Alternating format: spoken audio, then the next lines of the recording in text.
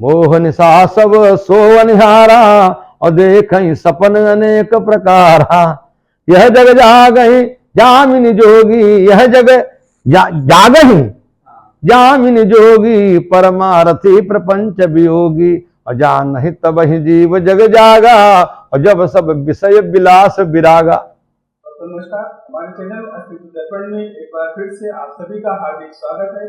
और हम आपको इस बार दर्शन करा रहे हैं आचार्य और कथावाचक हैं और श्री अरविंद पांडे जी का। तो हम इनका जो परिचय है वो इन्हीं से जानते हैं, क्योंकि बहुत ही अच्छे कथावाचक में से एक हैं और क्योंकि तुलसी मर्मज्ञ हैं ये और हनुमान जी के परम भक्तों में से एक हैं। तो हम देर न करते हुए इनके पास चलते हैं और इनका परिचय इन्हीं से जानते हैं, क्योंकि हम और अधिक इनके बारे में क्या आपसे बखान करें वो उचित नहीं लगता। आचार्य जी प्रणाम। जी बहुत बहुत। तो हमारे चैनल में आपका स्वागत है बहुत बहुत।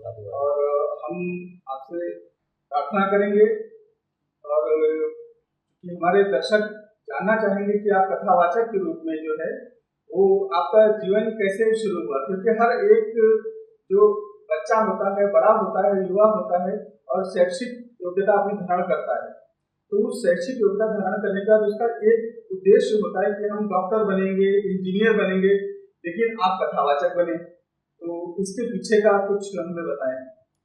बहुत बहुत साधुवाद तिवारी जी। कथावाचक बनने का जो हमारे अंदर जो भाव उत्पन्न हुआ, उसका प्रथम दृष्टिया ये रहा कि जो कथावाचन है ये सृष्टि के उषा काल से एक सनातन प्रक्रिया है, मानवीय मान बिंदुओं के संपोषण और संरक्षण के लिए। कथावाचक, कथा का उद्देश्य अर्थोपार्जन नहीं है। कथा का उद्देश्य है कि राष्ट्र, उसकी संस्कृति, उसकी सभ्यता का अभिसिंचन हो, ताकि हमारी संस्कृति जो है बढ़े, हमारी सभ्यता का विकास हो और हम विश्व मंच पर अपने गौरव को स्थापित करें। मैं पूर्व जीवन में शिक्षक रहा, तो मैं एक जगह गया तो वहां देखा, मैंने जो कथा की दुर्दशा को देखा, तो लोगों ने इसको संगीत का माध्यम बना दिया। श्रीमद् भागवत में आया है, विप्रई भागवती वार्ता गेहे गेहे जिने जिने, कारिता कण लोभे न कथा सारस्ततो गतः। लोगों ने इसको व्यावसायिक रूप दे दिया। इस व्यावसायिक रूप से इस कथा का जो मूल उद्देश्य था उससे लोग भटक गए। कथा का उद्देश्य न अर्थोपार्जन है न मनोरंजन है, केवल भारतीय संस्कृति के मान बिंदुओं का संरक्षण और संवर्धन है। जिस प्रकार से एक बॉर्डर पे एक सिपाही घुसपैठियों को रोकता है, हमारे देश की सीमाओं की सुरक्षा करता है, ऐसे ही कथावाचक का समाज में जाकर, गांव गांव, नगर नगर जाकर, उसका ये धर्म है, ये उसका नैतिक धर्म उद्देश्य है कि वो अपने कथा के माध्यम से, श्रीमद् भागवत के माध्यम से, रामचरितमानस के माध्यम से, पुराण के माध्यम से वो उन तथ्यों को उजागर करे जिससे कि राष्ट्र की संस्कृति, हमारी सभ्यता और हमारे अंदर संगठन हो, हमारे दिल स्वच्छ हो और हम एक दूसरे के प्रति सहानुभूति से परिपूर्ण रहें। इसका बीजारोपण जो है वो कथा माध्यम है। जैसे जैसे वाले मेरे चेहरे पर कोई कालिख लगी हुई है और मैं किसी से कहूं भाई तुम्हारे चेहरे पर कालिख लगी हुई है, उसको बुरा लग जाएगा। लेकिन अगर हम दर्पण के सामने स्वयं जाएं तो उस दर्पण में जब अपना चेहरा देखेंगे तो हमको लग जाएगा कि हमारे गाल पे कालिख है, हमारे नाक पे कालिख है, हमारे मुंह पे कालिख है, तो हम उस कालिख को जो है पोंछ लेंगे, साफ हो जाएंगे। इसी प्रकार से जो सत्संग है, जो उपदेश है, वह उपदेश, सत्संग एक दर्पण है। उस दर्पण में व्यक्ति अपना प्रतिबिंब देखता है कि सत्संग में जो सिद्धांत बताए गए, इस कथा के जो मानक रखे गए, उसमें हम कहां खड़े हैं। तो वो कथा अगर कोई उसको टोके, संभवतः उसको बुरा लग सकता है। भाई किसी को आप काना कह दी बुरा लगेगा, लेकिन अगर उसकी आंख में कोई रोग हो गया है तो वो उसको ठीक कर लेगा। इसी प्रकार से भगवान ने अपने चरित्र के माध्यम से, अनेक ऋषियों ने अपने चरित्र के माध्यम से, अनेक राष्ट्र के नेताओं ने अपने माध्यम से राष्ट्र को क्या संदेश दिया। इन कथाओं का उद्देश्य तिवारी जी, मेरी दृष्टि से धनोपार्जन नहीं है। इस कथा का उद्देश्य केवल मानवीय मानबिंदुओं का संपोषण है। मैं अध्यापक रहा, मेरे अंदर ये भाव आया कि हमने पढ़ाया लिखाया और अब हमारा धर्म है जो हमने पढ़ाया लिखाया, और एक शिक्षक, हमारा तो शोध विषय है तिवारी जी, शिक्षक, उपदेशक, प्रशासक और न्यायाधीश, अगर इन लोगों ने कर्तव्य बोध से कार्य नहीं किया तो इनको नेचुरल दंड मिलता है। अवश्य में भोक्तव्यम कृतम कर्म शुभाशुभम। अगर अध्यापक ने मन से नहीं छात्रों को पढ़ाया, राष्ट्र का निर्माण नहीं किया, तो वो जो वेतन ले रहा है उसको भोगना पड़ेगा। दिस इज नेचुरल जस्टिस, ये प्राकृतिक न्याय है। आप, मेरा तो शोध विषय है, जो प्रशासन में है, जो न्यायाधीश है, जो उपदेशक है, जो शिक्षक है, और यहां तक कि वकील भी, ये सब समाज के पिलर हैं। इसी प्रकार से हम शिक्षक हैं तो हमारा जो भी कार्य व्यवहार हो वो राष्ट्र समाज को लाभान्वित करे। हम उपदेशक हैं, हमारा, और जो मैं उपदेश करूं वह मेरे जीवन में आचरित हो। जैसे हम कहें कि भाई झूठ ना बोलो और हम झूठ बोलें, हम कहें कि विजय भाई की ये होटलबाजी मत करो और हम होटल में जाकर खाएं, उस उपदेश का कोई असर नहीं पड़ेगा। तिवारी जी, मनस्य एकम वचस्य एकम कर्मण एकम महात्मनाम। जो उसके मन में हो वो उसके वचन में हो, जो उसके वचन में है वह उसकी क्रिया में सहज प्रतिलक्षित हो, सहज हो।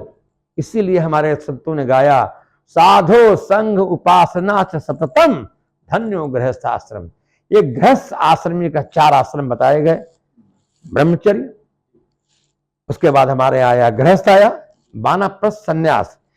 तो आप ब्रह्मचर्य आश्रम खूब पढ़ाई की आपने, किसके लिए पढ़ाई की? राष्ट्र के लिए की, समाज के लिए किया। आचार्य चाणक्य ने कहा है, परिवर्तन संसार मृत को आना जायते स जातो ये न जाते ना याति वंश समुन्नतिम। इस परिवर्तनशील संसार में कौन आता नहीं है, कौन पैदा नहीं होता है, उसी का आना सफल है, उसी के जीवन का साफल्य है।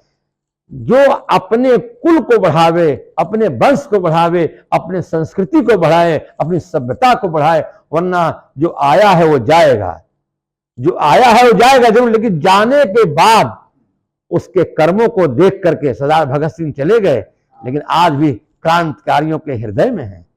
सुभाष जी चले गए, लेकिन आज भी वो लोगों के हृदय में है। आजाद चंद्रशेखर चले गए, लेकिन आज भी वो क्रांति का पाठ पढ़ा गए। क्रांति का तात्पर्य नहीं है कि हो हल्ला करना। क्रांति का तात्पर्य है जहां मानवीय मानविंदुओं का जानबूझकर दमन किया जा रहा हो, उसका पुरजोर विरोध ही क्रांति है।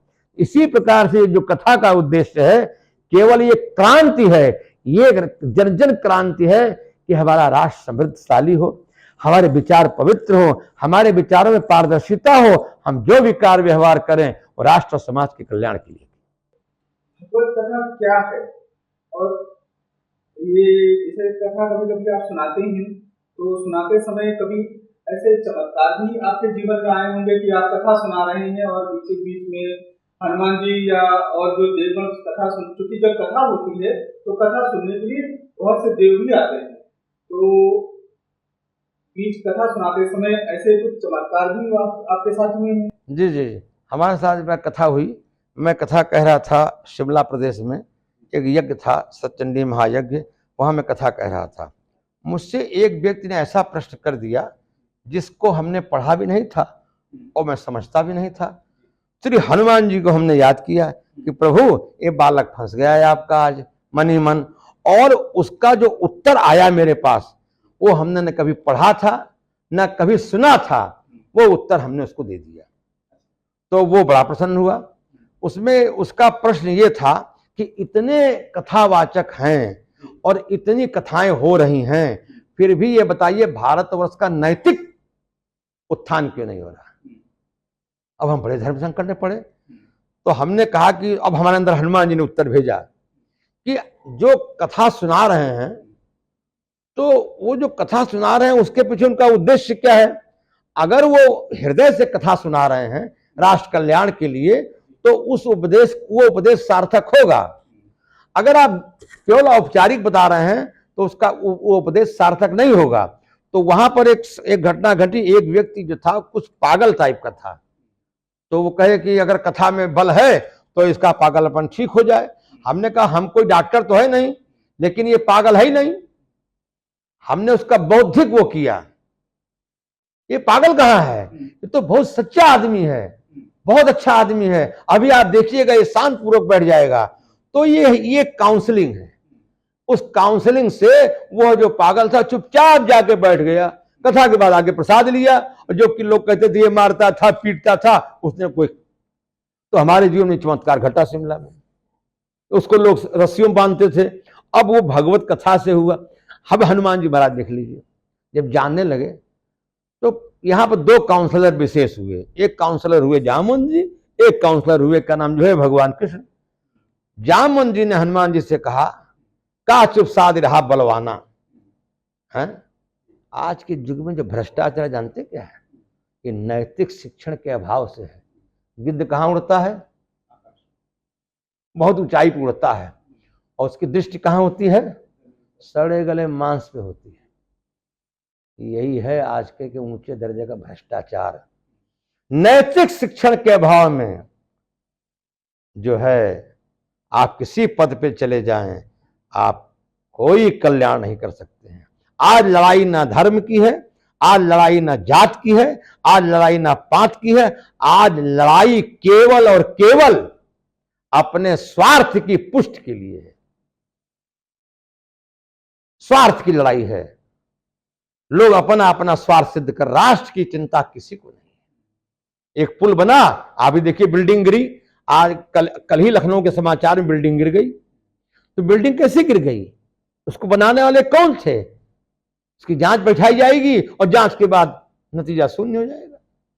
तो एक रविंदर सिंह थे हमारे यहाँ विधायक थे, वो कहते थे एक ही उल्लू काफी है बर्बाद गुलिस्ता करने को, और साख पे उल्लू बैठा अंजाम में गुलिस्ता क्या होगा। हर व्यक्ति का, जो भी समाज में जी रहा है, हर व्यक्ति का कर्तव्य है कि वह अपने आचार विचार से कोई ऐसा कार्य न करे जो उसके कुल के लिए, उसके समाज के लिए, राष्ट्र के लिए और नैतिक मूल्यों के लिए पतन करने वाला हो, वो चाहे जो। तो ये गृहस्थ जीवन में जो कथा आप कहते हैं, तो इसका गृहस्थ जीवन में रहकर इसका निर्वाह कैसे किया जा सकता है? देखिए, गृहस्थ जीवन जो है, कथा वाचन जो है, वो हमने कहा आजीविका का विषय नहीं है। कथा वाचन जो है एक प्रकार से मानसिक उपचार है, मानसिक विकृति का उपचार है कथा। और कथा का जो मूल उद्देश्य है कि व्यक्ति जो है उसके अंदर जो विचार है, विवेक उत्पन्न हो। बिन सत्संग विवेक न होई। अब सत्संग क्या है, सत है आत्मा, सत है परमात्मा। जहां आत्मा परमात्मा की एकता का विवेचन किया जाए वो सत्संग है। हम उन सिद्धांतों को रखें, कथा के माध्यम से शिक्षण दें कि इस कथा का उद्देश्य यह है। जैसे भगवान राम ने केवट को गले लगा लिया, तो ये उद्देश्य क्या है कि कोई छोटा बड़ा नहीं है, प्रेमी जो है वो हमको हमारा प्रेमी है। अगर भगवान राम अपने आप को राम समझते तो क्या माता शबरी की चटाई बैठ के बेर खाते? कहां गई जाति, कहां गया धर्म? तो मानवीय मान बिंदुओं का संपोषण ही हर व्यक्ति का कर्तव्य है। गृहस्थ में है, अगर वो गृहस्थ है तो गृहस्थ में भी तो सत्कार कर रहा है। जो बच्चे हैं, जो परिजन माता पिता हैं, जो उसके पत्नी है, बच्चा है, तो उसका कर्तव्य क्या है, उसका पुत्र या पुत्री राष्ट्र के लिए एक अच्छे व्यक्तित्व के निर्माण में खरे उतर जाएं, वो वटवृक्ष बने, राष्ट्र समाज का कल्याण करें। भाई कोई भी IAS बना, कोई भी PCS बना, कोई भी अध्यापक बना, तो आया तो समाज से ही है। तो उस गृहस्थ का धर्म है कि वह उनको ऐसी शिक्षा दे जिससे उनके अंदर विचार विवेक उत्पन्न रहे। अब कुछ लोग गृहस्थ आश्रम में हैं, लेकिन कथा का उद्देश्य आजीविका नहीं है। कोई भी, मैं तो अपने आपके चैनल के माध्यम से कहना चाहता हूं कि कथा का अगर कोई मूल्य मांगता है कि हमको इतना चाहिए, तो मैं समझता हूं वो कथावाचक नहीं है, वो तो अपनी व्यथा बता रहा है। कथावाचन तो त्याग की वस्तु है। कोई आपको दे दे वो स्वीकार्य है, मूल्य ही लगाना चाहिए। उपदेश का कोई मूल्य नहीं होता है, मानवीय मान बिंदुओं का कोई मूल्य नहीं होता है।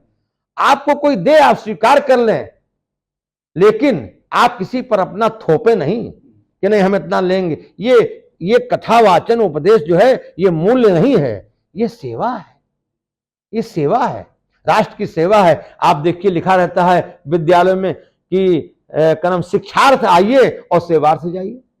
बहुत प्राचीन प्रार्थना तिवारी जी आपने पढ़ी होगी, वह शक्ति हमें दो दया निधे, कर्तव्य मार्ग पर डट जाएं, पर सेवा पर उपकार में हम जीवन सुफल बना जाएं। यही हर मानव का धर्म और कर्तव्य है, और सारे आश्रमों का यही कर्तव्य है। बल्कि गृहस्थ आश्रम जो है वो सर्वश्रेष्ठ आश्रम है, उससे कोई वो तीनों आश्रमों का पोषक है। तो जो गृहस्थ है वो गृहस्थ कैसा होना चाहिए? सानंदम सदनम सुतास्य सुधिय, उसके पुत्र आज्ञाकारी हो, उसकी अपनी पत्नी में जो है वृत्ति हो, उसके जो सेवक हो उस सेवक को प्यार करता हो। सेवक जो है आपका वो डांट का पात्र नहीं है, आपका सेवक कृपा का पात्र है। आप सेवकों से प्यार से बात कीजिए, वो आपके लिए जान दे देंगे। लेकिन इधर आओ, भाषा जो है विनम्र होनी चाहिए। भगवान राम के पास जब कोई मिलने आता है तो लिखा है श्रीमद् वाल्मीकि रामायण पूर्व भाषी च राघव, आइए भगवान आपका स्वागत करूं, क्या स्वागत। तो प्रेम से, और बचने किम दारिद्रम, बचने में क्या दरिद्रता है? तुलसी मीठे बचन ते सुख उपजत चहुओर, और वशीकरण एक मंत्र है, तज दे बचन कठोर, और जिसमें ना कोई पैसा लगना है, केवल प्रेम से बोलने में क्या जाता है? अरे प्रेम से बोलिए। तो ये सब चीजें जो है आपको किसी शिक्षा के माध्यम से, उपदेश के माध्यम से ही राष्ट्र को मिलेगी। और गृहस्थ शास्त्र में जो कथा सुना रहे हैं उनको साधुवाद है, कम से कम वो उस कार्य को कर रहे हैं जिससे कि मानवता पुष्पित पल्लवित हो। और गृहस्थ शास्त्र में रहते हुए ही वो अपने गृहस्थ का पालन करें। लेकिन ये उपदेश ये आजीविका का विषय नहीं है, मेरा मूल बात कहना है। चाहे वो गृहस्थ हो, चाहे ब्रह्मचारी हो, चाहे वानप्रस्थी हो, चाहे सन्यासी हो, इस कथा का उद्देश्य जो है धनोपार्जन नहीं है। कोई धन देता है स्वागत है, लेकिन इसका उद्देश्य धनोपार्जन नहीं है। अगर ये वृत्ति है तो ऐसे व्यक्ति को इससे हटना होगा, तभी भारत बचेगा, तभी संस्कृति बचेगी, तभी सभ्यता बचेगी। मैं तो गृहस्थ आश्रम में निकला हूं, अब तो मैं वानप्रस्थ में चला गया और संन्यास की ओर अग्रसर हूं। और मेरा उपनाम नारायण दास है, मेरा नाम अरविंद पांडे तो मेरा नाम रही है, लेकिन चूंकि मैं यहाँ ट्रस्टी हूँ तो यहाँ पर मेरा नाम मैं शिक्षक रहा, लेकिन मेरा नाम नारायण दास भी है और आचार्य मेरी पदवी है। और यहाँ आकर के जो है वो सेवा करने का भाव है कि हमारे मंदिर में जो लोग आवे उनको सुख मिले। अच्छा एक और बताऊं मैं आपको, मंत्रे तीर्थे द्विजे देवे दैवैगे भेषजे गुरु यादृशी भावना यस्य सिद्धिर्भवतादृशी। मंत्र में, तीर्थ में, देवता में, ब्राह्मण में, ज्योतिष में यादृशी भावना यस्य सिद्धिर्भवतादृशी, जिसकी जैसी भावना तिवारी जी होती है उसकी वैसी सिद्धि होती है। और गोस्वामी जी ने गाया, कौन सिद्ध न बिन विश्वासा, बिना विश्वास की सिद्धि होती नहीं है। अगर हनुमान जी में विश्वास है, यहाँ पर एक सज्जन आए और उनको कोई संतान नहीं थी, उन्होंने कहा प्रभु हमने सुना है कि आपके यहाँ सब ठीक हो जाता, प्रभु अगर मेरे अंदर योग्यता हो तो कोई संतान दे दीजिए, और मैंने संतान दे दिया। उनका विश्वास है कि प्रभु रक्षा करेंगे। द्रौपदी का साड़ी खींच रही थी, खींच रहे थे लोग, ये क्या, इस कथा उद्देश्य क्या होता है? यदि घर में कोई चोर घुसे तुम कुछ न करो तो कायर हो, कहलाओगे तब कर्महीन चाहे बलसागर नागर हो। यदि धर्म सती का जाता हो, पंजे में किसी दुष्ट के हो, उसकी रक्षा कर न सको तो बुजदिल और निकम्मे हो। और भगवान काहे नाथ अब आपकी जाएगी। और फिर वही सारी है कि नारी है कि नारी है कि सारी है, सारी बीच नारी है कि नारी ही कि सारी है। ये निर्णय नहीं हो पा रहा था कि वस्त्र ही जो है द्रौपदी बन गई या वो द्रौपदी साड़ी हो गई। तो भगवान रक्षक करते हैं, लेकिन अखंड विश्वास होना चाहिए। श्री हनुमान जी महाराज पर जिसका अखंड विश्वास है वो सभी समृद्धशाली हैं, सभी सुखी हैं, सभी प्रेम से रह रहे हैं। तो आप दर्पण है, दर्पण में आप दर्पण जो है वो बताएगा कि आपका मुंह कैसा है। कोई कहे कि दर्पण टेढ़ा है, तो पलटू दास एक संत हुए अयोध्या जी के, उन्होंने लिखा कि पलटू संत है आईना, पलटू संत है आईना, जित देखो तित माह, और टेढ़ सोज मुख आपनो, आईना टेढ़ा नाई। शीशा नहीं टेढ़ा है, तुम टेढ़े हो। इसी प्रकार से हम समाज में मेरा जैसा विचार होता है, हमको वही सिद्धि प्राप्त होती है यदि हम श्रद्धा विश्वास हमारे अंदर है। तो उसी श्रद्धा विश्वास के अंदर श्री हनुमान जी महाराज जी, जो भी आप किसी देव के पास जाएं, वो कृपा आपको मिलेगी, निश्चित ही मिलेगी, इसमें कोई संशय नहीं है। भगवत कथा में है या जो जीवन में हमारी दिनचर्या होती है, तो उसके लिए या भगवान की भक्ति के लिए क्या विवाह करना आवश्यक? भगवान की भक्ति के लिए विवाह करो तो ठीक है, ना विवाह करो तो ठीक है। भगवान की भक्ति का कोई भी वो मापदंड नहीं है। गोस्वामी जी ने लिखा, ये वचन भगवान शिव कह रहे हैं कि मिलहि न रघुपति और बिनु अनुरागा, और किए जोग तप ज्ञान विरागा। भगवान की प्राप्ति किसी जोग ज्ञान वैराग से नहीं होती है, अनुराग से होती है।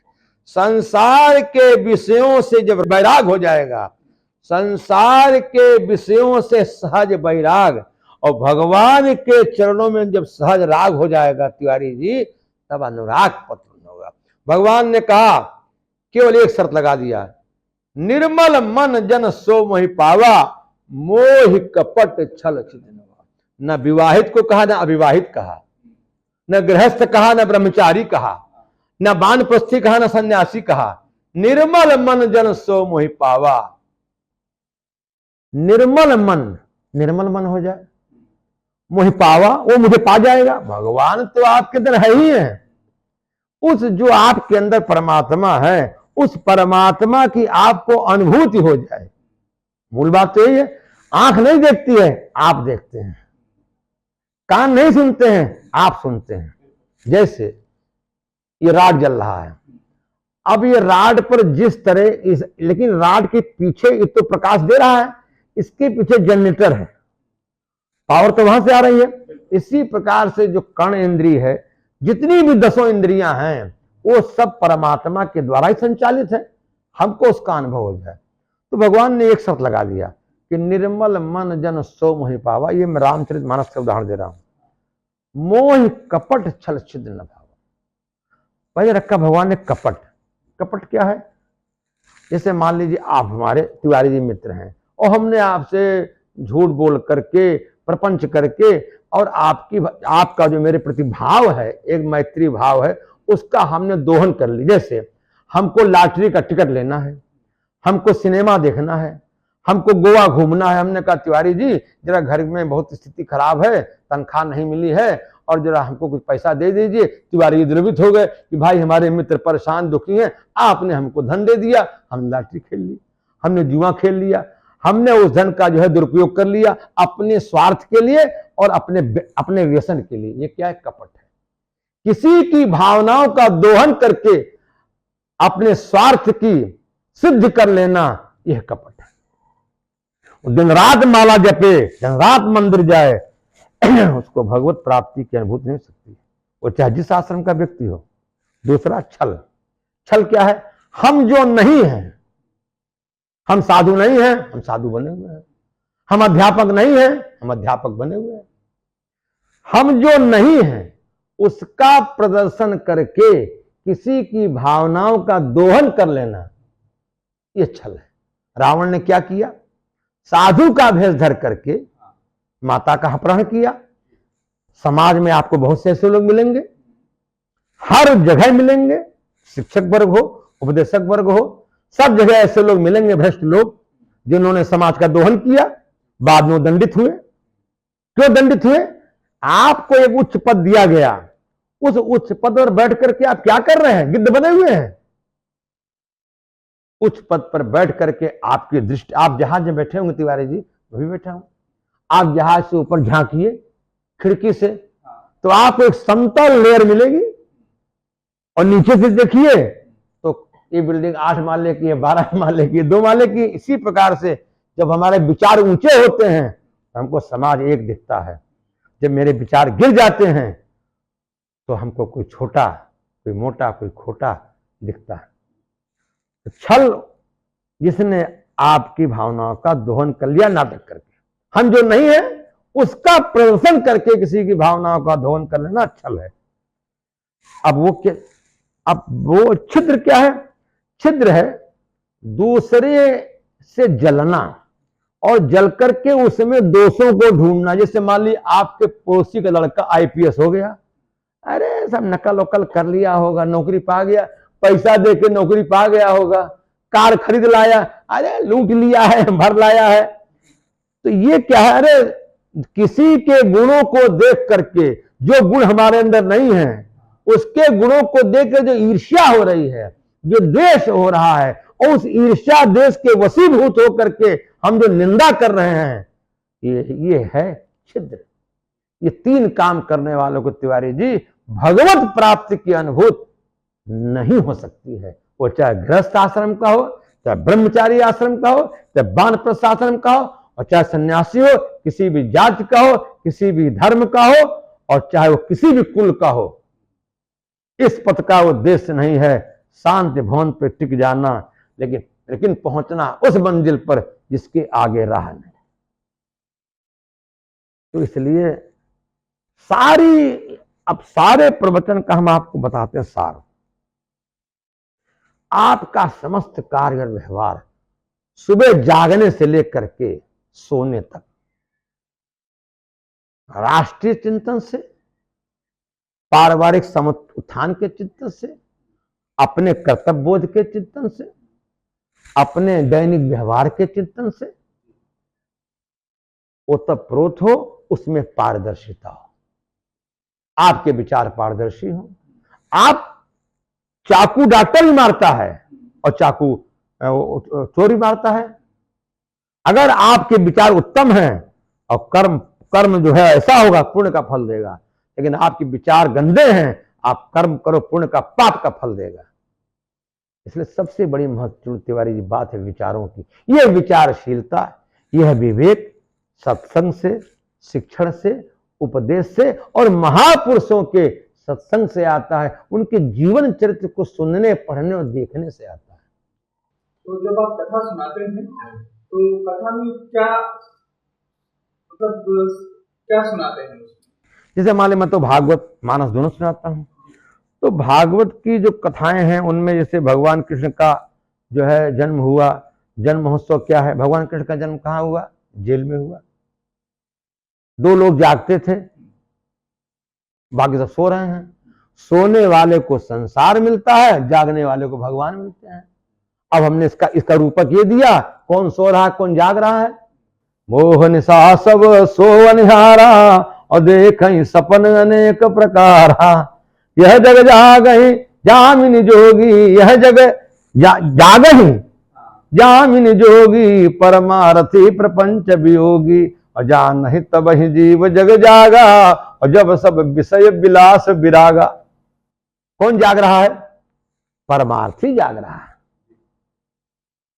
अभी हमने आपसे, कौन परमार्थी है? परम शब्द है परमात्मा वाचक है, यानी जिसका समस्त कार्य और व्यवहार भगवान की प्रसन्नता के लिए है। मेरे इस कार्य से मेरे भगवान प्रसन्न हो रहे हैं, मेरे इस कार्य से मेरे माता पिता प्रसन्न हो रहे हैं, मेरे इस कार्य से मेरे गुरुदेव प्रसन्न हो रहे हैं। यही परमार्थ है। प्रपंच क्या है? वह वार्ता, वह दृश्य, वह साहित्य जो आपके चरित्र को गिरा दे, आपके विचार को गिरा दे, वो सब प्रपंच है। ये प्रपंच है। तो प्रपंच से जब जग जाना तब जीव जग जागा, जब सब विषय विलास विरागा। अब जग गया कौन? जो संसार के समस्त वैभवों के मध्य में रहता हुआ भी उनके पीछे पागल नहीं है, उनका उपयोग कर रहा है, उनका उपयोग कर रहा है। मैं एक ऐसे जज साहब को जानता हूं, शायद उनका नाम राय करके था, चित्रकूट में मेरी कथा थी भागवत। वो जज साहब वहां आए थे, वाजम करके थे, उनकी पोस्टिंग मध्य प्रदेश में थी।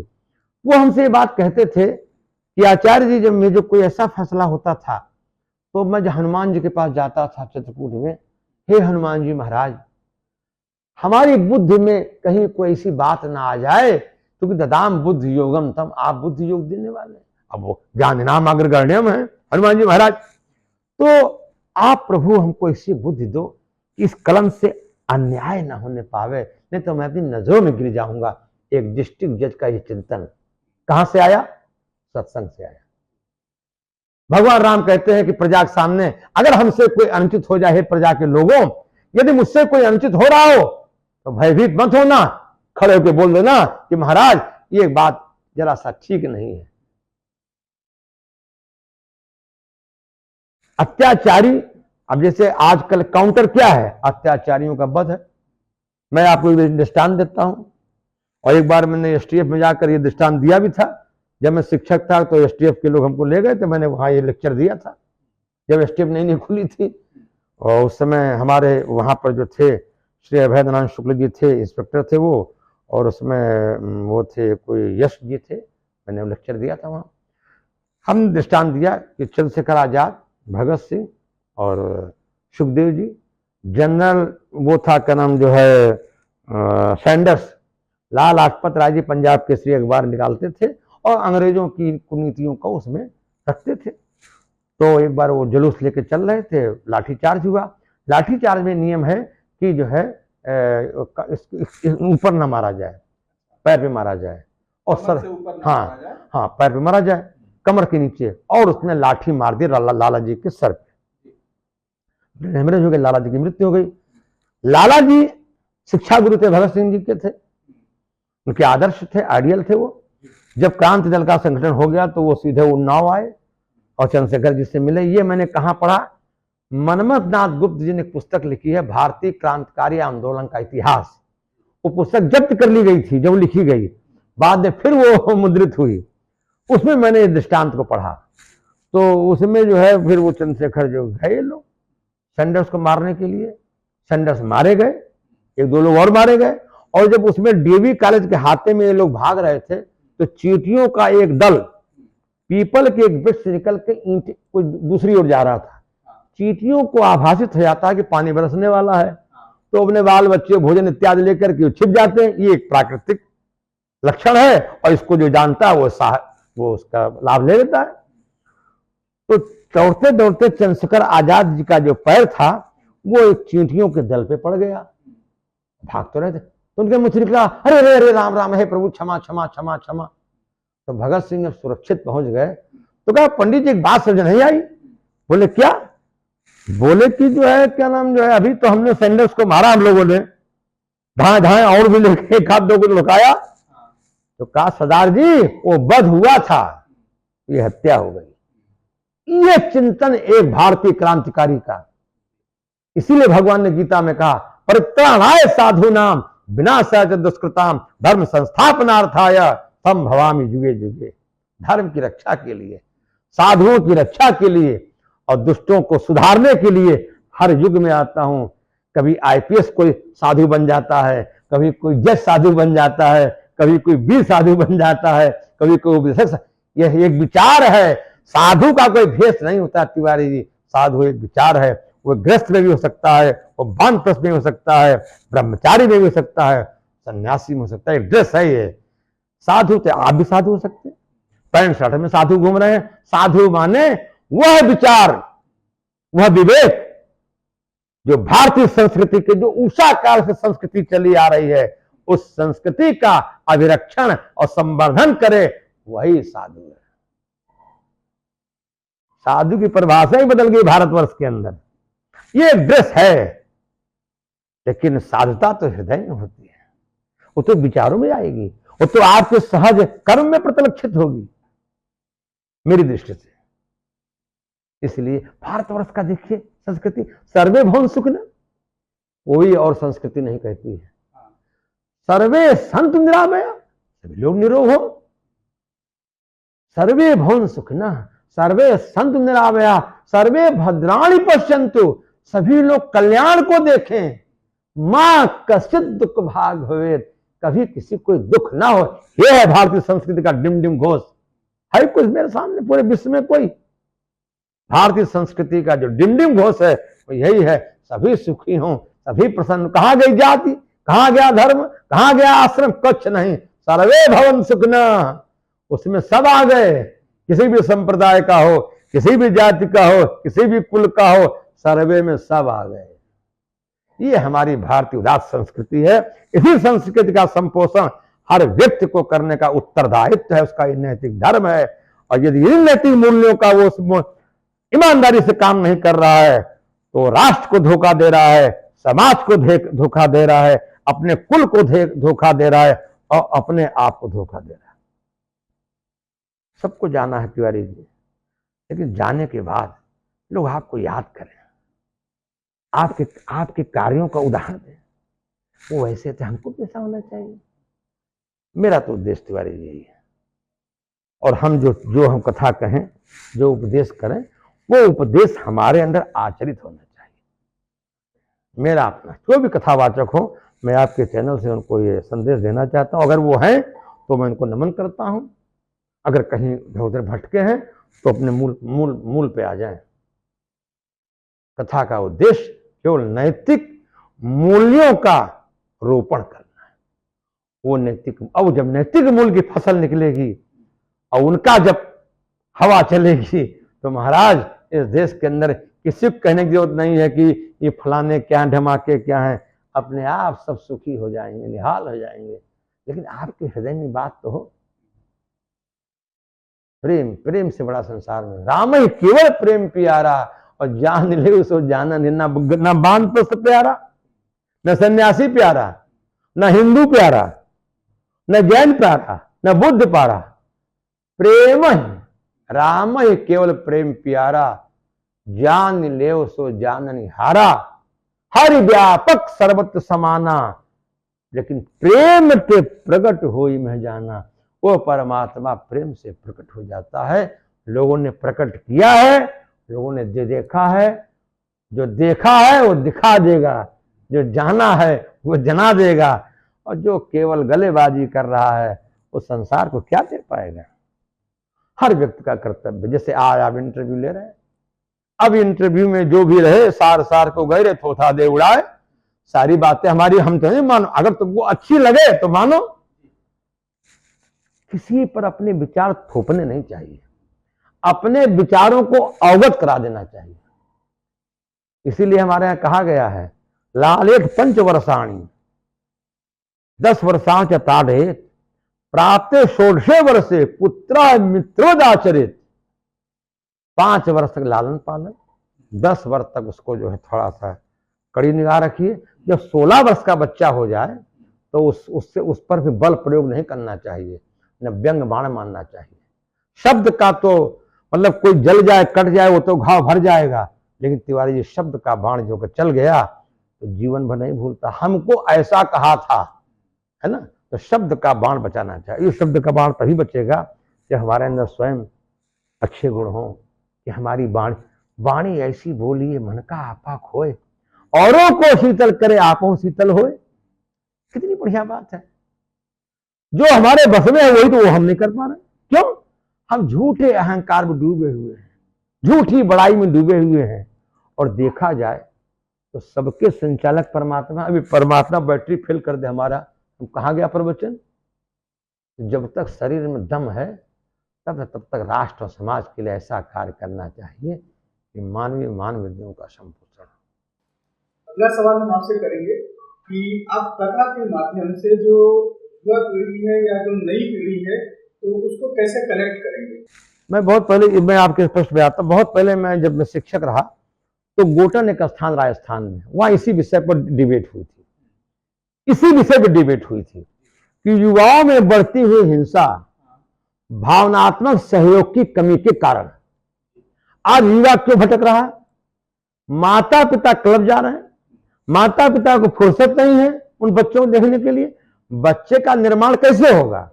अब बच्चा तो है, उसको जाएगा ही। तो इसके पीछे सबसे बड़ा अगर कारण कोई है तो माता पिता का जो है उपेक्षित भाव।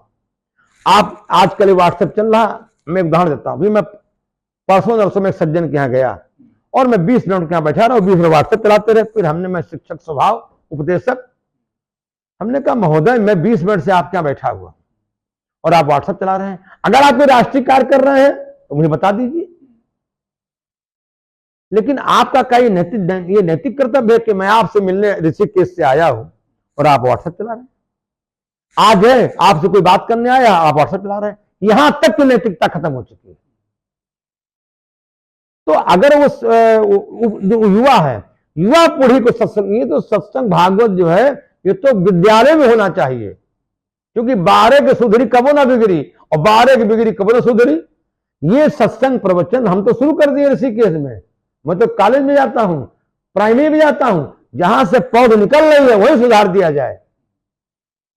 ये तो कि बूढ़े हो जाएंगे तो भागवत सुन लेंगे, मानस सुन लेंगे। सदा सेव्या श्रीमद् भागवती कथा यस्या श्रवण मात्रेण हरिश्चित्तम समासे। सदा सेव्या, बाल काले सेव्या, यौवन काले सेव्या, वृद्धावस्थायाम सेव्या, गर्भ काले सेव्या। अभिमन्यु ने गर्भ निर्माण सुन लिया था, कैसे भेदन किया जाएगा चक्रव्यूह का, एक पे नींद आ गई। अगर माता सुभद्रा जी अपने पति के शयन के बाद सोती तो अभिमन्यु नहीं जाता। हमारे यहां कहा गया कि एक ही धर्म एक व्रत ने मां, काय वचन मन पति पद प्रेम। आज आज शादी हुई, परसों तलाक हो गया। क्यों? उनको संस्कृति का ज्ञान नहीं है। पुरुष का कर्तव्य अपने पत्नी के प्रति क्या है, पत्नी का कर्तव्य पुरुष के प्रति क्या है, पिता का पुत्र के प्रति क्या है, पुत्र का पिता के प्रति क्या है, मित्र का मित्र के प्रति क्या है। इन्हीं सबों का दृष्टांत जो महापुरुषों ने अपने चरित्र के माध्यम से किया, उसी का गुणगान है उपदेश कथा इत्यादि। इसका कथा का उद्यात तो बस बज रहा ढोलक, फिल्मी गीतों पर गाने बज रहे, रामचरितमानस की चौपाइयों को फिल्मी गीतों पर गाया जा रहा है। अरे तुम पारंपरिक लोकगीत पे गाओ। आपकी कथा का उद्देश्य तड़प होनी चाहिए आपके अंदर, जैसे भगत सिंह को थी, राजगुरु को थी, आजाद जी को थी, तो नींद नहीं आती थी। हम तो जिस दिन मेरे को कथा कहनी होती है, रात हमको नींद नहीं आती है। कल मंदिर पहुंच के मैं भगवान की सेवा क्या है, आपकी वाणी ऐसी निकले, सच्ची वाणी, प्रामाणिक वाणी, कि उसका प्रभाव अगले पर पड़े और वो ऐसा जीवन जीने के लिए बाध्य हो। क्योंकि जीविका है जीवन के लिए, प्रथम प्रश्न पे आपके आ रहा हूं, जीविका है जीवन के लिए और जीवन है राष्ट्र समाज की सेवा के लिए। आप किसी पद पर हो, कोई कार्य छोटा बड़ा नहीं होता है। किसी भी कार्य में हो, आपका कार्य व्यवहार उत्तम होना चाहिए और आप जो है उस पद का जो लाभ जो है समाज को, राष्ट्र को मिलना चाहिए। ये मेरा संदेश भी है और ये मेरा विचार भी है। इसमें जैसे कोई व्यक्ति डिप्रेशन में है ना, या इस टाइप के कोई मानसिक जैसे रोग होता है, तो उस डिप्रेशन से कैसे निकला जा सकता है कथा के माध्यम से? देखिए, ये जो अवसाद, डिप्रेशन अवसाद बोलते हैं, व्यक्ति में अवसाद के बारे में तब आता है जब व्यक्ति जैसे कोई काम कर रहा है, बहुत दिन किया और उसको सफलता नहीं मिली, तब उसके अंदर ये होता है कि हमने इतना परिश्रम भी किया, ये सब कार्य किया, सफलता नहीं मिली। ऐसे क्षण में ये कथा जो है माध्यम बनती है उसके अवसाद को निष्क्रिय करने के लिए। जैसे मैं उदाहरण दूं, मेरे एक मित्र पंडित राममणि त्रिपाठी जी हमसे सीनियर थे, उन्होंने 7 बार पीसीएस दिया, नहीं हुआ। तो उन्होंने एक कथा सुनी कि भगवान राम ने पुल बनाया, उसमें एक गिलहरी भी बालू डाल रही थी। तो उससे जामुन इत्याद ने पूछा, आई गिलहरी ये बड़े बड़े पत्थर चल रहे, तू बालू क्यों डाल रही है? कहीं पत्थरों में जो झीरी होगी ना, वो बालू ढकेगी और वो तुम लोग वो तो हम ही करेंगे ना। तो उनके मन में आया कि भगवान राम इतना बड़ा सेतु बनाया तो हमको निराश नहीं होना चाहिए। और सेतु क्यों बनाया गया? दुष्ट दलन के लिए। भगवान राम ने मारा है रावण को, तो यही कहा कि मैं इसलिए नहीं मार रहा हूं कि मेरी पत्नी का हरण किया है, मैं उसको इसलिए मारूंगा, उसने हमारे राष्ट्र की नारीशक्ति का अपमान किया है। और भगवान, तो मैं पीसीएस इसलिए बनूंगा कि मेरे अंदर जो विचार हैं उन विचारों से मैं राष्ट्र समाज कल्याण करूंगा। और 6ठी बार में 7वीं बार में सेलेक्ट हो गए। तो ये कथा उनको वहां से मिली। अगर भगवान राम पुल बना सकते हैं समुद्र पे, तो मैं फिर करूंगा, मैं भरूंगा। तो जो अवसाद में जा रहे थे उससे बच गए। तो ये कथा के जो माध्यम दृष्टांत हैं, ये जैसे जैसे उधम सिंह, हालांकि उधम सिंह का उदाहरण बहुत सुंदर है, क्रांतिकारी उदाहरण है। जब डैनियल जनरल डायर ने जलियांवाला बाग में गोली चलवाई तो उधम सिंह ने मैं कहा कि इसने निरीह लोगों को मारा है, हम इसका बदला लेंगे। उन्होंने वकालत पढ़ी, बैरिस्टर ऑफ लॉ की डिग्री मिलती थी, लंदन में ही मिलती थी। ये गए और देखिए, अगर मैंने वही कहा, अगर विचार आपका उत्तम है तो पूर्ण का फल देगा। ये तो मारना चाहते तो उसको, चूंकि उसने निरीह कुएं में कितने हजारों आदमी की उसने हत्या कर दिया है और चला गया यहां से। ये लॉ पढ़ने गए और लॉ पढ़ करके जो है जब गए वहां पर, ये बेचारे बिल्कुल एकदम फिर रुक, अरे अगर हम नहीं करेंगे तो कौन करेगा, इतनी लोगों को मारा है। तो भगवान राम जब गए हैं, ये कहां से उन्होंने लिया, भगवान राम जब ऋषियों के आश्रम में गए मध्य प्रदेश में, देखा जगह जगह जगह जगह हड्डियां फैली हुई थी। तो भगवान ने पूछा ऋषियों से, ये क्या है? कहा, ये राक्षस मारे हैं खरदूषण, महाराज ऋषियों को मारा है। भगवान राम रोने लगे। भगवान राम ने कहा, निश्चरहीन करह मही भुज उठाए प्रण कीन, और सकल मुनिन के आश्रम जाय जाय सुख दिन। कथा कायर नहीं बनाती है, कथा भक्त और वीर बनाती है। ये कायरता का पाठ कथा नहीं पढ़ाती है, कथा मानवता का पाठ पढ़ाती है, वीरता का पाठ पढ़ाती है। गए और वहां प्रथम जड़ी में पास हुए। उस देखिए उनकी तपस्या, भगवत कृपा का फल। जनरल ओडायर ही अपनी पत्नी के साथ दीक्षांत समारोह में पुरस्कृत करने के लिए आया। आप देखिए, जदरथ वध हो गया और सामने आ गया वो, बस उन्होंने उसका वध किया। उसमें 3 अभी गोली बाकी थी, तो उसकी स्त्री जो है पकड़ के हाथ झूल गई। तो जज ने पूछा उधम सिंह ने, तुमने और लोगों पर गोली क्यों नहीं चलाई? उन्होंने कहा, हम भारतीय वीर हैं, हम महिलाओं पे हाथ नहीं उठाते हैं। और तो क्या तुम्हारी अंतिम इच्छा क्या है? I wish the downfall of British empire, मैं ब्रिटिश साम्राज्य का विनाश चाहता हूं। ये प्रेरणा जो है कहां से मिली? महाभारत से मिली, मानस से मिली। जितने वीर पैदा हुए हैं, छत्रपति शिवाजी को उनकी माता कहानियां सुनाती थी महाभारत की, मानस की। ये वीरों की जो खान पैदा हो रही है, ये सब इन्हीं कथाओं से, महापुरुषों के चरित्र से मिल रही लोगों को। राणा प्रताप ने घास की रोटी खा लिया लेकिन गुलामी स्वीकार नहीं की। क्या उपदेश मिला इससे? कि हम राष्ट्र और संस्कृति के लिए अपने मूल्यों को मत छोड़ें, मूल्यों का व्यवसाय न करें। तो जो कोई अवसाद में जा भी रहा है, अगर अच्छा काउंसलर, जो उपदेशक भी हो सकता है, जो शिक्षक भी हो सकता है, वो उसको अपने संपर्क में ला के उसके अवसाद को दूर कर सकता है। अवसाद मतलब कुंठा, हम नहीं कर पाए, तुम कर सकते हो। हनुमान जी महाराज बैठे हुए थे, जामुन जी ने कहा नहीं, का चुप साध रहा बलवाना, पवन तनय बल पवन समाना, और कौन सो काज कठिन जग माही, और जो नहीं हो तात तुम पाही। कौन सा काम आप कर नहीं सकते हैं? बस तुरत भय पर्वताकारा, और जामवंत में पूछूं ते ही, उचित सिखावन दीजय मोही, लीला नागम जननी दिखारा, इसको लील जाकर रावण को मार डालूं। जामवंत ने उनका जो रक्तचाप बढ़ रहा था, हाँ कौन सो काज कठिन जग माही, जो नहीं हो तात तुम पाही। हनुमान जी से किसी को प्रार्थना करनी हो, दुख में हो, यही कहे, कौन सो काज कठिन जग माही, जो नहीं हो तात तुम पाही। श्रद्धा से, भक्ति से कार्य सिद्ध हो जाएगा उसका, अगर सत्य कार्य होगा तो।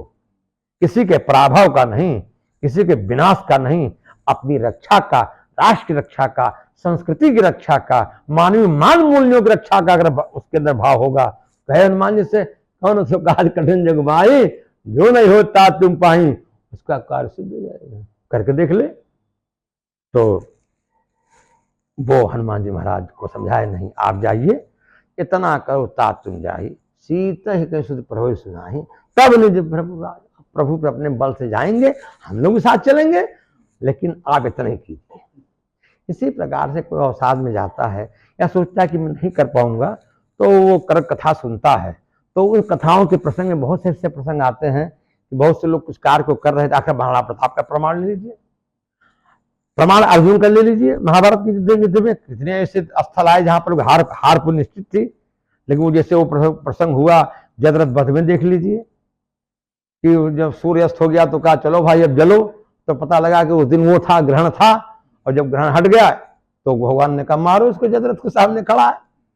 तो कथा इत्यादि के माध्यम से अगर वो कथा में जाएगा तो कोई न कोई दृष्टांत, कोई न कोई ऐसा उपदेश, कोई न कोई ऐसा चरित्र जो कथा के माध्यम से उसको श्रवण में आएगा तो उसका अवसाद दूर हो जाएगा। इसीलिए युवाओं को जरूर कथा में जाना चाहिए। और ये कथाएं जो है, ये जो मंच में बन रही, ये मंच पे है अच्छी रहे, लेकिन ये जानी चाहिए क्या ना, कथाओं में विद्यालय में होनी चाहिए कथाएं। हमारे यहाँ कुंभ लगने जा रहा है, अभी अगले साल कुंभ है, इतने महर्षि मुनि महात्मा आएंगे और ये चल रहा है। ये जो वहां पर जो ये धर्म संसद चल रही, मेला माघ मेला जिसको अब तो कुंभ या महाकुंभ, वहां पर जो ये ज्ञान चर्चा हो रही है, भक्ति चर्चा हो रही है, भगवत भजन हो रहा है, इसके माध्यम से जो है हमारे जो मनोविकार दूर हो जाएं और हमारा विचार, हमारा कार्य व्यवहार राष्ट्र और समाज के लिए कल्याणप्रद हो जाए, इन्हीं सबों की ये व्यवस्था है। चलो भाई एक महीना वहां आनंद ले। तो ये कथा भागवत इत्यादि जो है ये तो हो रहा, तो बचा हुआ है, नहीं तो आग लग जाए। तो कहीं न कहीं कोई अच्छे वक्ता हैं, अच्छे उपदेशक हैं, अच्छे क्रियाशील ईमानदार व्यक्तित्व के स्वामी हैं, जो किसी भी पद पे हैं, और वो जो है अभी एक लड़का आईएएस सेलेक्ट हुआ है, वो गंगा जी नहाने गया, गंगा जी से मांग रहा है कि हे गंगा मैया आप हमको वो शक्ति दो कि जब मैं अपनी ट्रेनिंग पूरी करके किसी कार्य पे जाऊं तो जो है हमारे किसी भी कार्य व्यवहार से किसी को कष्ट ना हो, मैं न्याय का प्रतिपादन कर सकूं। कहाँ से मिला? क्योंकि उनके पिताजी उसको रोज कथा सुनाते थे रामचरितमानस की घर में, वो भी शिक्षक हैं। उन्होंने ऐसा कहा, उनका नाम है शिवांश अस्थाना जी, उनके पिताजी गणित के अध्यापक। आप बताइए वो लड़का जो आईएएस हो गया, ट्रेनिंग कर रहा है, तो अब जब उसका ये विचार है, उसे तो बात बात में वो श्लोक बोलता है, बात बात में वो चौपाई बोलता है, परमार्थ के कारण साधु धरा शरीर, ये शरीर तो परमार्थ के लिए है। एक आईएएस का विचार जहां पर शुरुआत होने जा रही है अगर है तो निश्चित राष्ट्र समाज के लिए कल्याण करेगा। तो पद का उद्देश्य यही है कि हमको भगवान ने शक्ति दी है, हम इसका उपयोग, लेकिन वह शक्ति निरर्थक है जो काम किसी की आ न सके, वो शक्ति निरर्थक है, उसका कोई मूल्य नहीं है जो किसी काम ना आ जाए। तो बस आपने जो कहा, जो भी हमने गुरुओं से प्राप्त किया, आपकी कोई जिज्ञासा हो तो आप पूछ सकते हैं। तो ये जो भगवत कथा आप कहते हैं, तो ये भगवत कथा सुनने से ये लाभ कब अधिक होता है? भगवत कथा का सुनने का लाभ ये है कि व्यक्ति के अंदर जब देखता है कि किन कार्यों से समाज के झंझावात से जब वो उब जाता है, तो हर व्यक्ति को शांति चाहिए। तो भगवत कथा में जो वहाँ के रूपक हैं, जो वहाँ के दृष्टांत हैं, जो कथाओं के मध्य अनेक विघ्न बाधाएं आई, उनका निराकरण किया गया, तो उससे एक मार्गदर्शन मिलता है। उस जैसे भगवान, आप परशुराम और भगवान जी का जो है आप संवाद सुन लीजिए, विनम्रता के साथ अगर आप नहीं है, एक है जीवन प्रबंधन, एक है जीवन दर्शन। भगवान राम के उदात्त चरित्र से जीवन प्रबंधन और जीवन दर्शन दोनों सामने आ गया। श्री परशुराम जी ने कहा कि जिसने धनुष को तोड़ा है सामने आ जाओ, और बहुत कुछ कह दिया। भगवान ने कहा कि नाथ संबुधन भंजनी हारा, होई है कोई दास तुम्हारा। दास का मतलब उन्होंने अपने आप को सरेंडर कर दिया, समर्पित कर दिया। अर्थात शक्ति के साथ अगर विनम्रता है तो शक्ति आदरणीय होगी, और शक्ति के साथ विनम्रता नहीं है तो फिर वो समाज के लिए भयावह हो जाएगी। अगर वहां पर भगवान राम और विश्वामित्र जी विचारक नहीं होते तो युद्ध तो निश्चित था। तो इसीलिए कहा कि जैसे मान कथा हो रही है तो आदमी देख रहा है कहां पर मैंने गड़बड़ किया है, कहां पर हमने विवेक छोड़ दिया, कहां पर विचार छोड़ दिया। तो देखिए भगवान राम ने शिक्षा दिया कि भाई विनम्रता जरूरी है। देखिए जो पोलाइटनेस है, अगर आप बहुत बड़ी डिग्री है और वो डिग्री होल्डर हैं, लेकिन अगर आपने विनम्रता नहीं तो आप बिल्कुल यूजलेस है, जीरो है। जैसे विद्या ददाति विनयम, विद्या विनय देती है, education gives politeness. If you are politeness, अगर आपके अंदर पोलाइटनेस नहीं है तो आप बिल्कुल जो डिग्री होल्डर हैं बिल्कुल यूजलेस समाज के लिए हैं। आज देख लीजिए, विद्या पढ़ी पढ़ता फिरे औरन को अभिमान, नारायण विद्या ने तय विद्या जान। इसलिए जो कथा के दृष्टांत होते हैं उनके माध्यम से हमको शिक्षा मिलती है और हम उसके अनुरूप अपना जीवन जीने का प्रयास करते हैं। क्योंकि हमारे यहाँ समाज में बस संसार की कोई वस्तु जो है वो दो माध्यमों से अंदर जाती है, आंख के माध्यम से जाती है, कान के माध्यम से जाती है। जैसे सूर्पणखा के चरित्र पे ले लीजिए, जब सूर्पणखा भगवान से मिलने आई तो भगवान की ओर आकृष्ट हुई, लेकिन भगवान उसकी ओर नहीं देखते हैं, देखते हैं सीता जी की ओर, बात करते हैं उससे कि सीतई चितई कही प्रभु आता, अहे कुआर मोर लघु भ्राता। मेरा जो भाई है कुआर है, भाई तुम जो है वो सूर्पणखा हो, तुम भी सर्पणी हो, वो अहिराज है। भगवान ने यह उद्देश्य दिया, जब संसार जंगल में व्यक्ति आता है तो माया राक्षसी उस पर आक्रमण करती है, तो भगवान बात तो करते सीता जी से और सुनाते हैं उसको, अय शक्ति भक्ति सावधान माया आक्रमण कर रही है। इसी प्रकार से हमारे जो रूपक हैं कथा के, उनके पीछे एक ही उद्देश्य है कि मानव चरित्र का सुंदर निर्माण हो। के जना अध्यात्मवादिना संधि, के जना परमार्थवादिना संधि। कौन अध्यात्मवादी है, कौन परमार्थवादी है, कौन भक्त है? ये जना मनसा वाचा कर्मणा, जो लोग मन वचन और कर्म से भगवत प्रीते, भगवान की प्रसन्नता के लिए निष्काम भावे न, निष्काम भाव से परोपकारम कुर्वन्तः सानंदम यत्र तत्र भ्रमन्ति ते जना एव अध्यात्मवादिनः सन्ति, ते जना परमार्थवादिनः सन्ति, ते जना भक्ताः सन्ति। इसीलिए कहा गया साधो संग उपासना च सततम धन्यो गृहस्थ शास्त्र में। आज गृहस्थ शास्त्र में कलह का कारण यही है, और सबसे बड़ा कारण तो ये मोबाइल बन गया है। व्यक्ति जो है आज समाज का विकृति का मुख्य कारण यह है कि कोई भी तकनीकी व्यवस्था होती है वो अभिशाप भी है, वरदान भी है। जो दृश्य, हमने एक बार मुरारी बापू जी के हमने ये बात कही अपने सत्संग में, हमने कहा जो दृश्य माता पिता भाई बहन को एक साथ बैठकर नहीं देखना चाहिए वो हम देख रहे हैं। कहां जाएगा, कहां जाएगी संस्कृति, कहां जाएगी सभ्यता? आंख जहां जाएगी मन चला जाएगा, आंख जहां जाएगी मन चला जाएगा। तो इसलिए संसार का विष तो बहुत खतरनाक है, किसी को सांप काटेगा तभी मरेगा, लेकिन भगवान शंकराचार्य ने कहा दोषेण तीव्रो विषय कृष्ण सर्व विषादपि विषम निहंति भोक्तारम दृष्टारम चक्षुषाप्ययम। काले सर्प का तो विष तो जब वो काटेगा तब व्यक्ति मरेगा, लेकिन संसार का विषय दोष जब आंखों में घुस जाएगा तो मार देगा। तो हमारे यहाँ जो भ्रष्टाचार हो रहा है इसका प्रमुख कारण जो है यही है कि हम अपने संस्कृति को नहीं देख रहे हैं।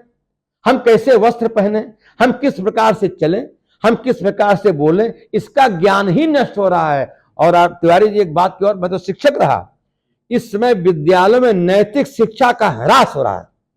नैतिक शिक्षा पर कोई बल ही नहीं है। आज जो व्यावसायिक शिक्षा हो रही है, और हमारे मानस कहती है कि प्रातः काल उठकर रघुनाथा मात पिता गुरु ना वही माथा। भगवान प्रातः काल उठते हैं तो माता पिता को प्रणाम करते, यही तो संस्कार है, यही तो संस्कृति है। इसको कोई पढ़ाया नहीं जा सकता है। अगर आपने अपने बाबा को प्रणाम किया है तो आपका पुत्र भी आपको प्रणाम करेगा। इसलिए ये जो भी दृष्टांत है कथाओं के, इसका एकमात्र उद्देश्य, अच्छा अब जो ये दृष्टांत दे रहा है उसके चरित्र में यह चीज सहज आचरित भी होनी चाहिए। नकली काम कभी हो नहीं सकता। स्वामी विवेकानंद जी कहते थे हृदय की बात हृदय में जाती है। अगर आप हृदय से बोल रहे हैं तो बात हृदय में जाएगी, हृदय की बात जाए। जैसे मान लीजिए एक कुम्हार बना रहा था, विचार शक्ति कहां से मिली? एक कुम्हार सुराही बना रहा था, वो चिलम बना रहा था। उसकी कुम्हारी ने आई और कहा है कुम्हार ये महीना गर्मी का आने वाला है, अब तो इसको ये क्या कर रहा है, तो सुराही बना। तो सब चिलम को उसने बिगाड़ दिया और सुराही बनाने लगा। तो पूरा तेने मुझसे ऐसा क्यों कहा? अरे तो सुराही बना। तो तब तक मिट्टी बोल उठी, अरे कुम्हार तेरे विचार बदले, मेरा जीवन बदल गया। पहले मैं खुद भी जलती, मेरे अंदर आग रहती, जो मेरे पास आता वो भी जल जाता, मैं भी जलती रहती। अब तू मुझे सुराही बना रहा है, मेरे अंदर शीतल जल रहेगा, मैं भी शीतल रहूंगी, और जो मेरे पास आएगा वो भी शीतल हो जाएगा। तो ये सारा उद्देश्य कथा का, भागवत का उद्देश्य है कि हमारे विचार अच्छे हो जाएं, हमारी भावना अच्छी हो जाए, और अच्छे ही ना हो जाएं, भावना अच्छी न हो जाए, उसका पूरा का पूरा लाभ बिना किसी भेदभाव के अद्वैत भाव से समाज को प्राप्त हो।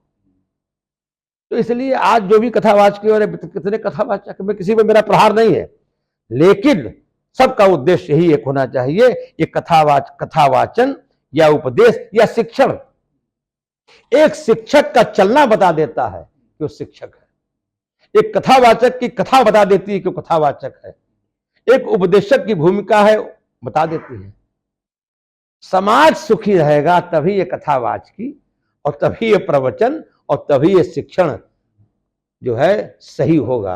और नहीं तो फिर तिवारी जी, फिर तो बड़ा कि हम घर को ही आग लग गया घर के चिराग से। इसलिए हम ऐसा ना करें। हमारी भारतीय संस्कृति विश्व पूजनीय संस्कृति है, हम उसके मानदंडों का, उसके मूल्यों का संरक्षण करें, यही हर व्यक्ति का नैतिक कर्तव्य धर्म है, चाहे वो किसी पद पर हो और चाहे किसी पद पर न हो। एक अंतिम सवाल आपसे है कि हम अपनी दिनचर्या में कैसे इसको प्रयोग में ला सकते हैं, जिससे हमारे परिवार का और हमारे समाज का और हमारा स्वयं का उत्थान हो सके। देखिए, जीवन प्रबंधन तो बहुत जरूरी है। जीवन प्रबंधन और जीवन दर्शन।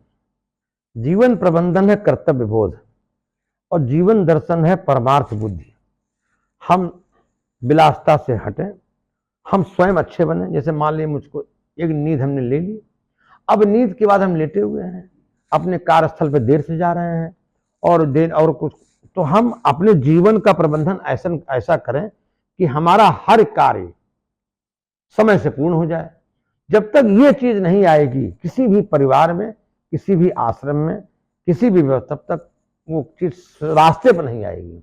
तो जैसे कि हम मान लीजिए, मैं जैसे कथावाचक हूँ, अध्यापक रहा, तो मैं अपने ये कि मैं इतना उठा, भगवान का पूजन किया, और भगवान का पूजन में हमने अपना उतना समय दिया जितने समय से हमारा कार्यस्थल न प्रभावित हो। हम यहाँ खूब माला जप रहे हैं और कार्यस्थल पर लेट पहुंच रहे हैं, ऐसे को भगवान नहीं स्वीकार करते हैं। भगवान किसी मूल्य से नहीं मिलते हैं। अब हनुमान जी के मंदिर पहुंचे, हे हनुमान जी महाराज, हमारा बच्चा इंजीनियरिंग में सेलेक्ट हो जाए, हम यहाँ भंडारा करेंगे, ये कोई बात नहीं होगी। लड़का कैसे से, अरे उसको, हे हनुमान जी महाराज जी, आप ऐसी कृपा बुद्धि दो कि हमारा बच्चा को पढ़े लिखे इंजीनियर हो जाए, डॉक्टर हो जाए। और वो हनुमान जी भी सौदेबाजी कर रहा। आजकल तो समाज ये स्थिति है कि मैं विरोधी भाषा में कह दूं तिवारी जी आपसे, हनुमान जी के मंदिर में गया, स्वार्थ नहीं सिद्ध हुआ, हनुमान जी बिल्कुल नहीं अच्छे, अब चलो साईं बाबा चलें।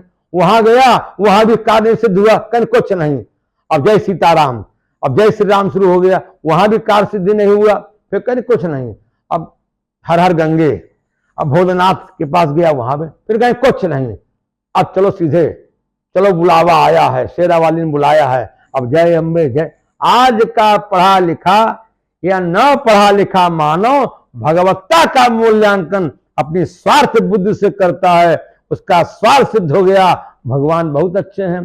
स्वार्थ नहीं सिद्ध हुआ, भगवान बिल्कुल नहीं अच्छे हैं, सब बकवास है।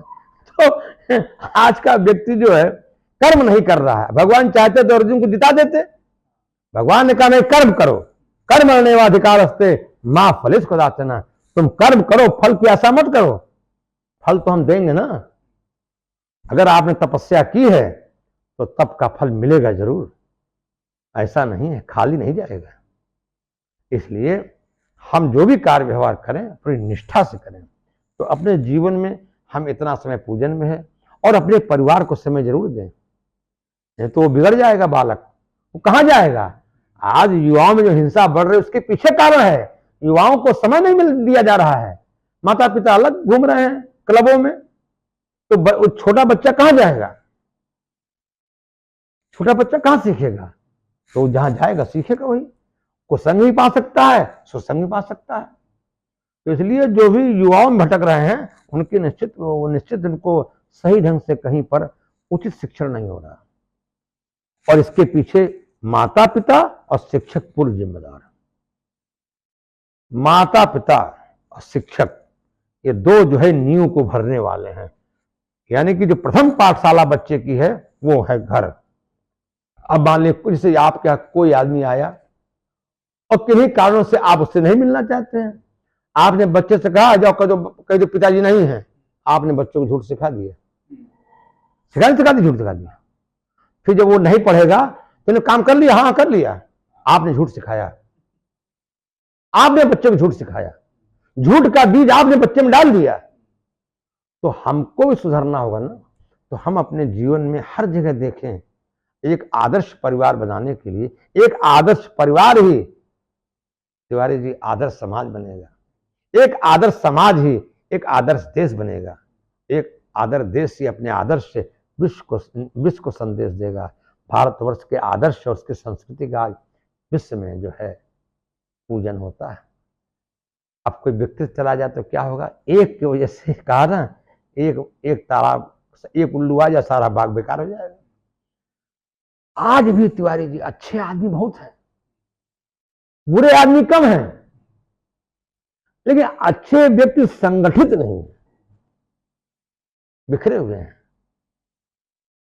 अच्छे आदमी अगर राष्ट्र में न होते तो तिवारी जी जल जाता भारतवर्ष। यही अच्छे लोग बचाए हुए हैं। ये अच्छे लोग कौन हैं? जिनको अपने घर से, अपने गुरुओं से अच्छे संस्कार मिले हैं, यही अच्छे लोग हैं। सारा उद्देश्य शिक्षण का, पालन पोषण का, उपदेश का, कि हमारी भारतीय संस्कृति के मान बिंदुओं का संरक्षण संवर्धन होता रहे। इसलिए भारतीय संस्कृति कहती है सर्वे भवन्तु सुखिनः, सर्वे सन्तु निरामयाः, सर्वे भद्राणि पश्यन्तु मां कश्चित् दुर्भाग्। किसी को दुख न हो, यही मैं कामना करता हूँ। मेरा राष्ट्र, मेरा समाज, मेरा देश समृद्ध को प्राप्त हो। हमारे यहाँ के लोग परस्पर सबके प्रति परोपकार की भावना से सहज प्रेम से डूबे रहें, यही मेरी भावना। आपको बहुत बहुत साधुवाद। कम से कम इस टूटी फूटी भाषा में जो भी हमने कहा, और मैं अपने दर्शकों से भी कहना चाहूँगा, यदि मेरी कोई ऐसी बात हो जो आपको न अच्छी लगी है तो मुझे वापस कर दीजिए, और सार को गही रहे थोथा ले उड़ाए। अगर आपको कुछ अच्छा लगा तो ग्रहण कर लीजिएगा, बाकी मैं तो साधु हो गया हूँ, और मेरा उद्देश्य है कि मेरा राष्ट्र और समाज उन्नत करे, और मेरा कोई उद्देश्य नहीं, यही उद्देश्य। नमस्कार। कहते हैं कि बिन सत्संग विवेक न होई और राम कृपा बिन सुलभ न सोई। तो जब तक के भगवान राम की या ईश्वर की कृपा नहीं होती है, तब तक के व्यक्ति को सत्संग प्राप्त नहीं होता है। और जब सत्संग प्राप्त हो जाता है तो उसके अंदर सारे दुर्गुण दूर हो जाते हैं और उसको अच्छी सद्बुद्धि प्राप्त होती है। तो इसी आशा के साथ में हम आपसे प्रॉमिस करते हैं कि अगले वीडियो में फिर आपसे मुलाकात होगी, और फिर किसी अच्छे संत से हम आपको मुलाकात करवाएंगे। और इस वीडियो को देखने के लिए आपको धन्यवाद। वीडियो अच्छा लगा हो तो दूसरों को भी शेयर करें, ताकि वो भी इसका लाभ उठा सके, और हमारी नई पीढ़ी जो है वो इसका लाभ उठा सके और अपने जीवन में प्रगति की ओर और संस्कार की ओर अग्रसर हो सके। इसी कामना के साथ में हम आपसे विदा लेते हैं।